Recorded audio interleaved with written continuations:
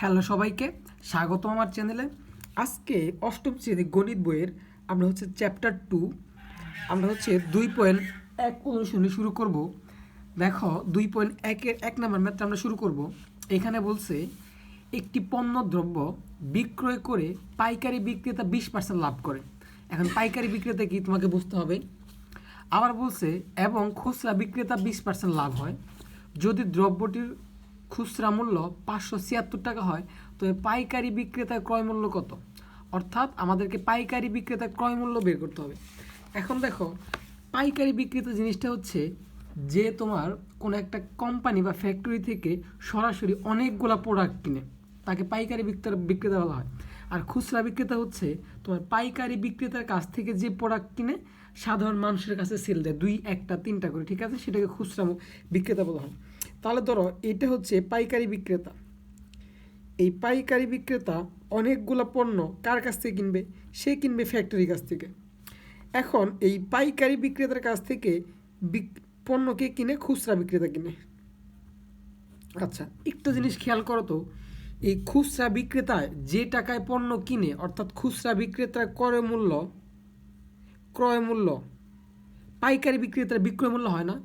কারণ পাইকারি বিক্রেতা যে টাকায় বিক্রয় করে খুচরা বিক্রেতা ওই টাকায় ক্রয় করে। তার মানে যেটা পাইকারি বিক্রেতার বিক্রয় মূল্য সেটা হচ্ছে খুচরা বিক্রেতার ক্রয় মূল্য। আশা করি বুঝতে পারছো। এই জিনিসটা তোমাকে বুঝতে হবে যে পাইকারি বিক্রেতা যেই টাকায় বিক্রি করে খুচরা বিক্রেতা ওই টাকায় ক্রয় করে। অর্থাৎ পাইকারি বিক্রেতার বিক্রয় মূল্য হচ্ছে খুচরা বিক্রেতার ক্রয় মূল্য। তো চলো আমরা সরাসরি ম্যাথে চলে যাই। 1 নম্বরে আমাদের বলছে একটি পণ্য দ্রব্য বিক্রয় করে পাইকারি বিক্রেতা 20% এবং খুচরা বিক্রেতা 20% লাভ হয়। হ্যাঁ, অর্থাৎ পণ্য দ্রব্য বিক্রয় করে পাইকারি বিক্রেতা 20% লাভ হয় এবং ওই পণ্য দ্রব্য খুচরা বিক্রেতা ক্রয় করে তারও 20% লাভ হয়। যদি দ্রব্যটি খুচরা বিক্রয় মূল্য এত টাকা হয়, তার মানে আমরা খুচরাটা আগে বের করবো, যেহেতু খুচরা বিক্রেতার বিক্রয় মূল্যটা দেওয়া আছে। তাহলে আমরা এখানে লিখে নেব দুইটা জিনিস, যে কি লিখবো খুচরা বিক্রেতার ক্ষেত্রে প্রথমত। আচ্ছা, এটা হচ্ছে 2.1-এর 1 নাম্বার শুরু করছি। খুচরা বিক্রেতার ক্ষেত্রে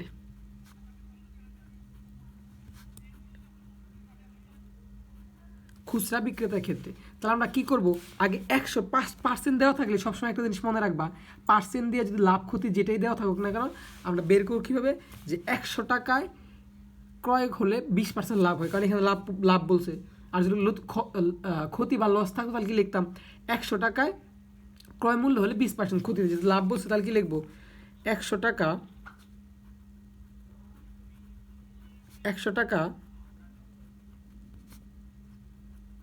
ক্রয় মূল্য হলে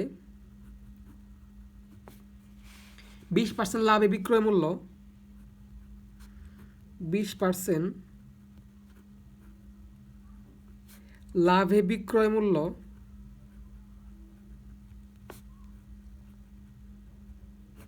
100 টাকা ক্রয় মূল্য হলে 20% লাভে বিক্রয় মূল্য কি হবে তাহলে, 100 + 20, তার মানে কত, 120 টাকা। ওকে, এখন একটা জিনিস খেয়াল করো, এইখান থেকে তুমি যদি ক্রয় মূল্যটা বের করতে চাও তাহলে এই যে এইটা আসবে, তোমার বিক্রয় মূল্য আসবে। হ্যাঁ, বিক্রয় মূল্য দিয়ে লিখবো, তাহলে 120 টাকা বিক্রয় মূল্য হলে ক্রয় মূল্য কত টাকা, 100 টাকা। তাহলে এইখান থেকে বের করব 120 টাকা, 120 টাকা বিক্রয় মূল্য ছিল না, 120 টাকা বিক্রয় মূল্য হলে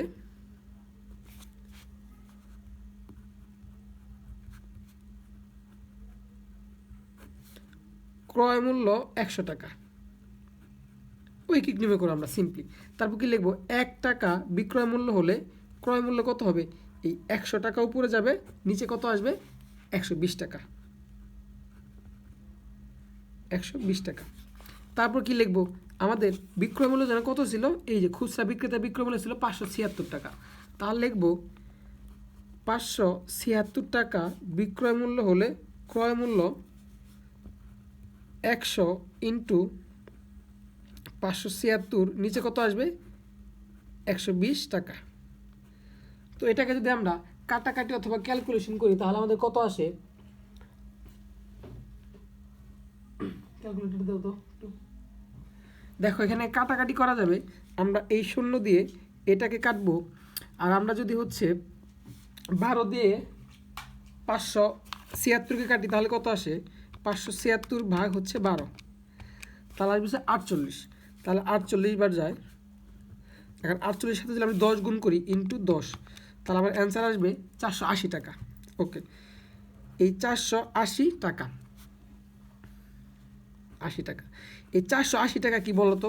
এই 480 টাকা খুচরা বিক্রেতার ক্রয় মূল্য না? আমরা তো খুচরা বিক্রেতার ক্রয় মূল্য বের করলাম। এই 480 টাকা খুচরা বিক্রেতার ক্রয় মূল্য। আচ্ছা, এই 480 টাকা যদি খুচরা বিক্রেতার ক্রয় মূল্য হয়, তাহলে এই 400 টাকা কী হবে? পাইকারি বিক্রেতার বিক্রয় মূল্য। কারণ আমি তোমাকে বলছি যে পাইকারি বিক্রেতার বিক্রয় মূল্যটাই খুচরা বিক্রেতার ক্রয় মূল্য। তাহলে এই 480 টাকা কি খুচরা বিক্রেতার কি মূল্য বলো তো? ক্রয় মূল্য না? তাহলে এই 480 টাকা আমরা কী লিখতে পারবো? পাইকারি বিক্রেতার বিক্রয় মূল্য। কারণ তোমাকে এখানে বুঝায় আসছি কিন্তু যে আসলে ব্যাপারটা কী। আচ্ছা, তাহলে এখন পাইকারি বিক্রেতার ক্ষেত্রে লিখবো। তো আমরা এখানে একটা জিনিস লিখতে পারি যে ওই জিনিসটাই যেটা যে ওইটা বলছিলাম যে খুচরা বিক্রেতার বিক্রয় মূল্য, খুচরা বিক্রেতার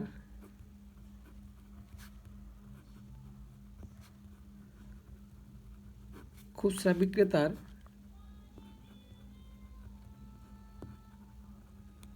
ক্রয় মূল্য সমান সমান পাইকারি বিক্রেতার বিক্রয় মূল্য।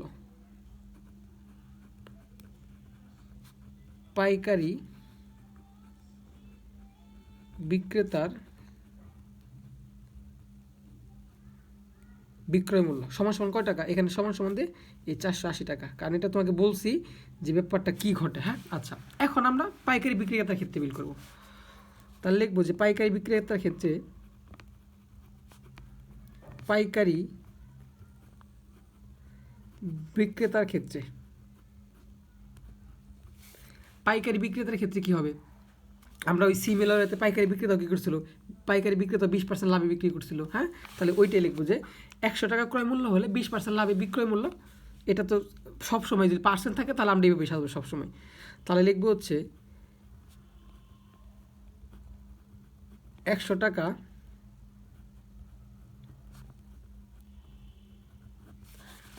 ক্রয় মূল্য হলে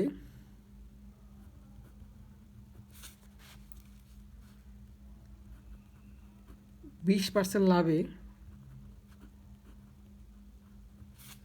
বিক্রয় মূল্য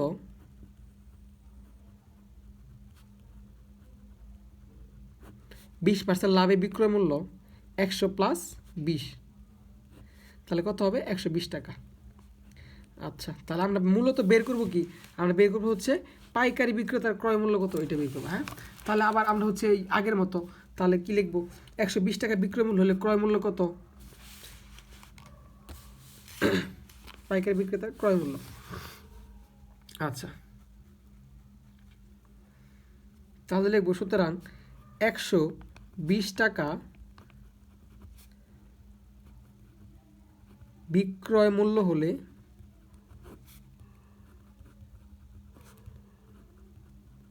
ক্রয় মূল্য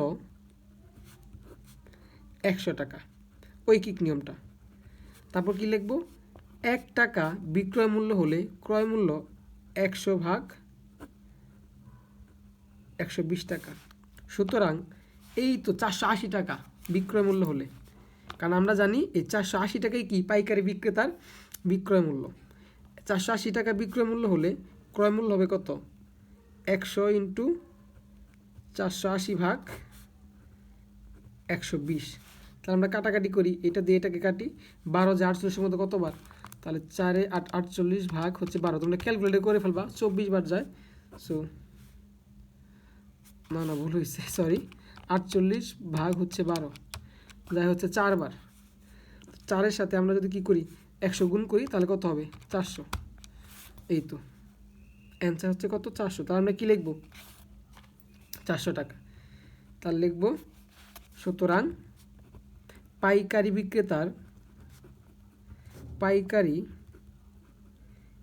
বিক্রেতার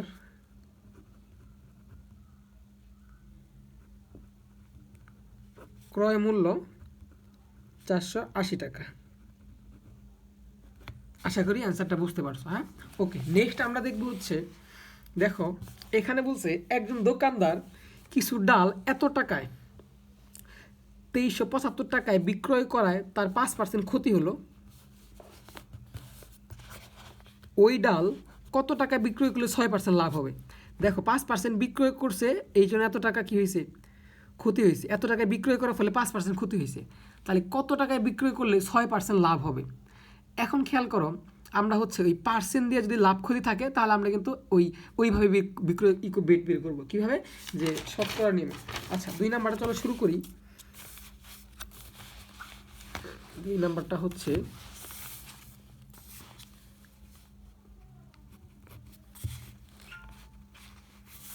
লিখবো 100 টাকা ক্রয় মূল্য হলে 5% ক্ষতিতে বিক্রয় মূল্য। 100 টাকা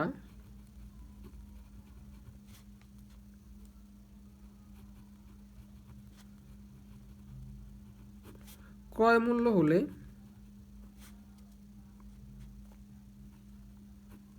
5%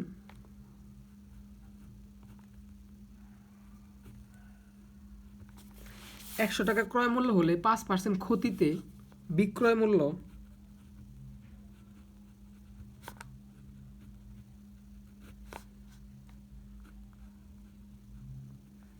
100 - 5, সুতরাং 95 টাকা। আর লাভে হলে আমরা হচ্ছে কী করতাম? প্লাস দিয়ে দিতাম। আচ্ছা তাহলে আমরা এখন বের করব কি? ক্রয় মূল্যটা বের করব। হ্যাঁ, এই যে কত টাকা বেসিক্যালি হচ্ছে 5% যে ক্ষতি হলো, কত টাকা ক্রয় করার ফলে তার 5% ক্ষতি হয়েছে। তাহলে আমরা লিখবো হচ্ছে কি, বিক্রয় মূল্য 95 টাকা হলে, তাহলে লিখবো যে 95 টাকা বিক্রয় মূল্য হলে ক্রয় মূল্য 100 টাকা। ওই কি নিয়ম, যেটা 95 টাকা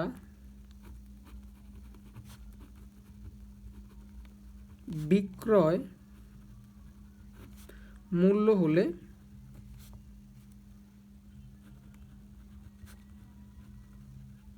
ক্রয় মূল্য 100 টাকা। তাহলে কি লিখবো? সুতরাং 1 টাকা বিক্রয় মূল্য হলে ক্রয় মূল্য 100/95 টাকা। আচ্ছা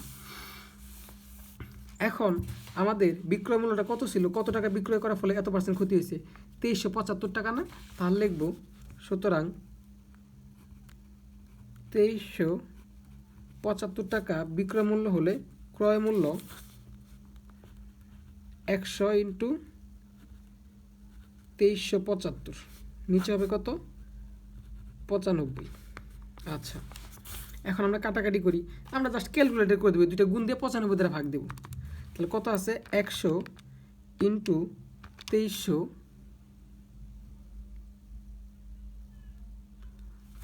কত আছে? 2375। আচ্ছা এটা ভাগ দেবো কত? 95 দ্বারা। তাহলে আসবে কত? 25,000 টাকা, সরি 2500 টাকা।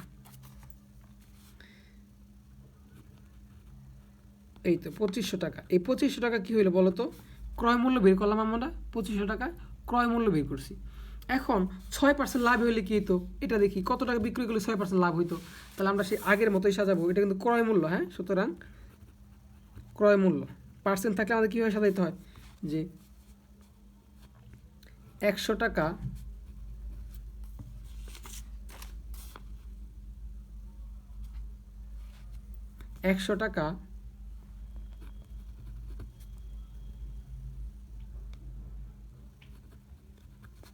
ক্রয় মূল্য, 100 টাকা ক্রয় মূল্য হলে 6% লাভে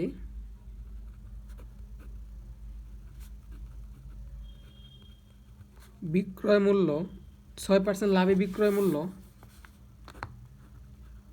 100 + 5, সুতরাং 105 টাকা মানে সমান সমান।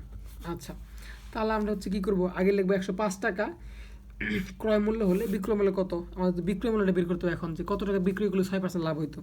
তাহলে লিখবো 105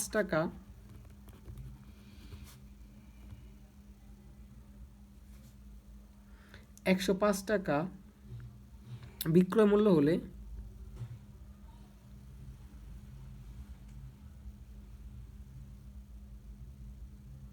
আচ্ছা আমাদের বের হয়েছে কত? 105 টাকা। আচ্ছা তাহলে লিখবো 100 টাকা ক্রয় মূল্য হলে, কারণ আমাদের বিক্রয় মূল্যটা বের করতে হবে, সরি বিক্রয় মূল্যটা বের করতে হবে। তাহলে লিখতে হবে 100 টাকা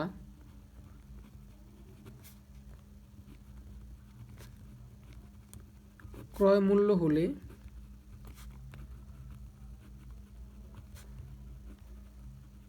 বিক্রয় মূল্য 105 টাকা। সুতরাং 1 টাকা ক্রয় মূল্য হলে বিক্রয় মূল্য 105 ভাগ 100 টাকা। সুতরাং 2500 টাকা আমরা কি করছিলাম, ক্রয় মূল্য ছিল। তাহলে 2500 টাকা ক্রয় মূল্য হলে বিক্রয় মূল্য 105 ইন্টু 2500 নিচে হবে কত, 100। তাহলে এই শূন্য এই শূন্য এই শূন্য শূন্য কাটবো। আমরা কি করব, এই 105-এর সাথে 25 গুণ করে দেব। 105 ইন্টু 25, সরি 105 ইন্টু 25, 2625 মানে হচ্ছে 2625 টাকা। 105 ইন্টু 25 ভাগ হচ্ছে কত, নিচে কত,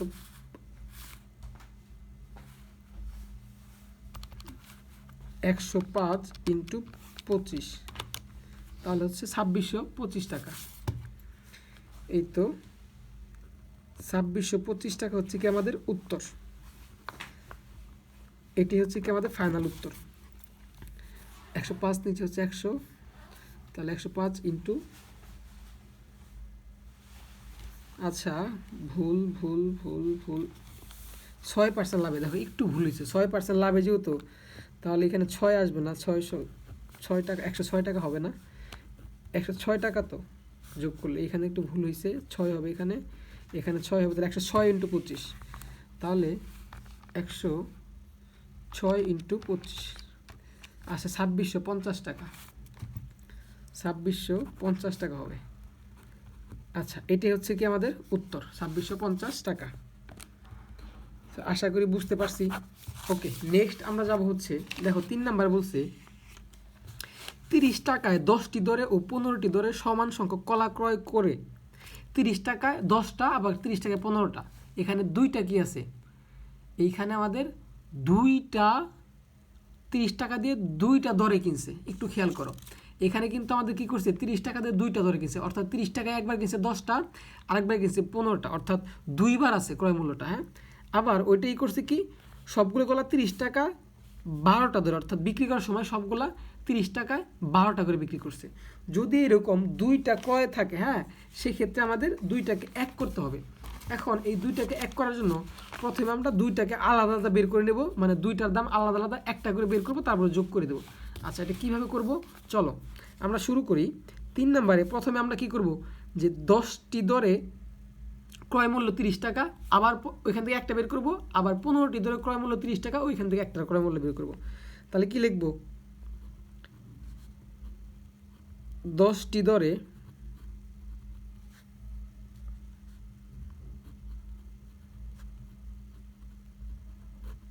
ক্রয় মূল্য 30 টাকা, সুতরাং একটি দরে ক্রয় মূল্য 30 ভাগ 10 সমান সমান 3 10 30, অর্থাৎ একটি বের করলে 3 টাকা আসে। সিমিলার আয়াতে আমরা হচ্ছে কি করব, 15টি দরে বের করব। তাহলে 15টি দরে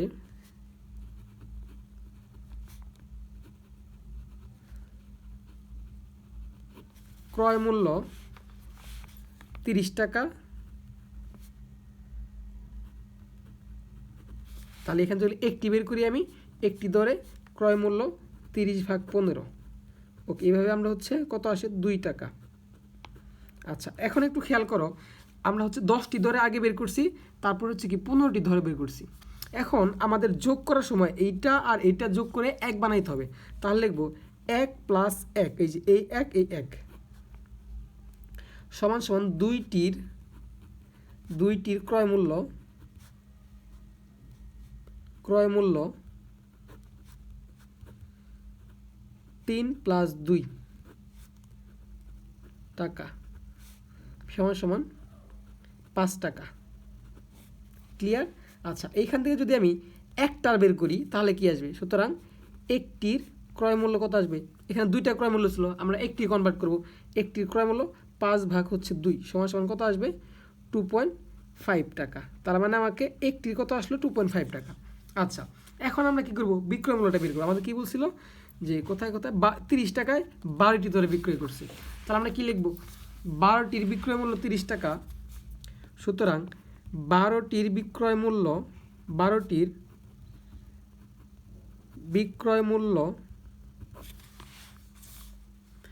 30 টাকা। 12টির বিক্রয় মূল্য 30 টাকা। সুতরাং একটির বিক্রয় মূল্য 30/12 30/12 টাকা। আচ্ছা, তাহলে কত আসে? ভাগ করলে আসে 30/12 হচ্ছে 2.5 আসবে। 30/12 2.5, 30/12 2.5। আচ্ছা, একটা জিনিস খেয়াল করো তো, এইখানে আছে 2.5 টাকা, ওইখানে আছে 3.5 টাকা। ক্রয় মূল্য 2.5 টাকা, বিক্রয় মূল্য 2.5 টাকা। তাহলে কোনো লাভ বা কোনো ক্ষতি হয়েছে? কোনো লাভ বা ক্ষতি হয়নি। তাহলে আমরা কি লিখবো? তাহলে লিখবো যে ক্রয় মূল্য ও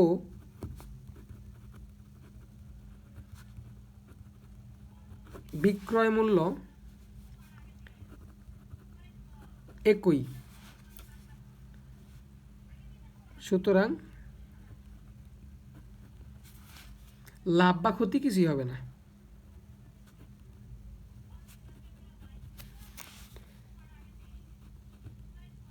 লাভ বা ক্ষতি